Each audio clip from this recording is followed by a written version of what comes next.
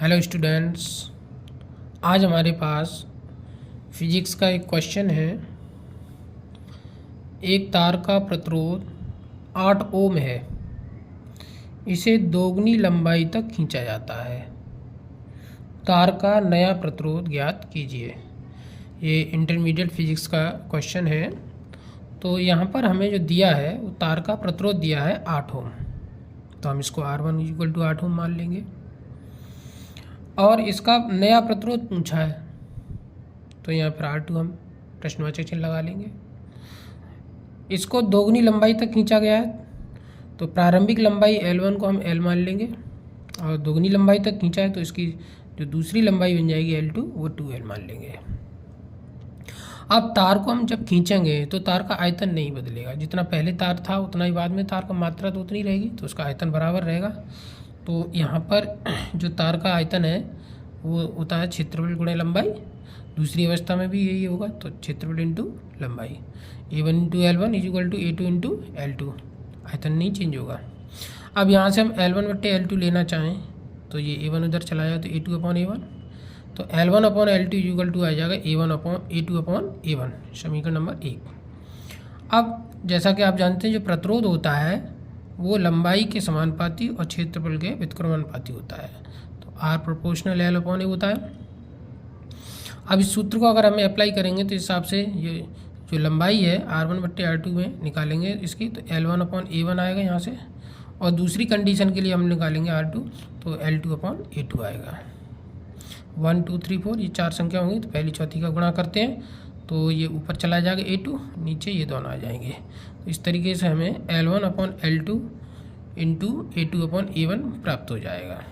ठीक है, अब यहाँ से हम मान रख देंगे A2 अपॉन A1 के, तो L1 अपॉन L2 है तो यहाँ पर रखेंगे L1 अपॉन L2, ये बन जाएगा। तो L1 इंटू L2, L1 का स्क्वायर हो जाएगा, L2 का स्क्वायर, तो इसको होल स्क्वायर मान सकते हैं। अब L1 और L2 के मान रख देंगे। L1 का मान दिया है L1 का मान हमने L माना था, L2 का 2L माना था, तो यहाँ पर रख देंगे। L1 का मान L रखेंगे, L2 का मान 2L, L से L कट जाएगा, 1/2 बचेगा। उसका वर्क करेंगे तो 1/4 हो जाएगा। इस तरीके से R1 upon R2 equal to 1/4 आ जाएगा। क्रॉस मल्टीप्लाई करेंगे तो 4R1 हो जाएगा। R1 का मान हमें दिया हुआ है पहले से ही 8 ओम है, वो यहाँ पर रखेंगे हम, तो 8 चौक 32 ओम। तो तार का जो नया प्रतिरोध है वो 8 ओम हो जाएगा। ठीक है, क्लियर हो गया ये वाला क्वेश्चन। ठीक, अब दूसरा क्वेश्चन जो हमें दिया गया है वो हमारे पास ये वाला क्वेश्चन है कि एक ही धातु के 3 तारों की लंबाइयों का और द्रव्यमानों का जो अनुपात है वो क्रमशः 3 2 1, ये इनकी लंबाइयों का अनुपात है, और जो द्रव्यमान है उनका अनुपात है 1 2 और अनुपात 3 है। इन तारों के प्रतिरोधों का अनुपात हमें ज्ञात करना है, प्रतिरोध किस अनुपात में होंगे। तो लंबाइयों का अनुपात 3 और 2 1 दिया है, तो L1 अनुपात L2 और L3 हम मान लेंगे 3:2:1।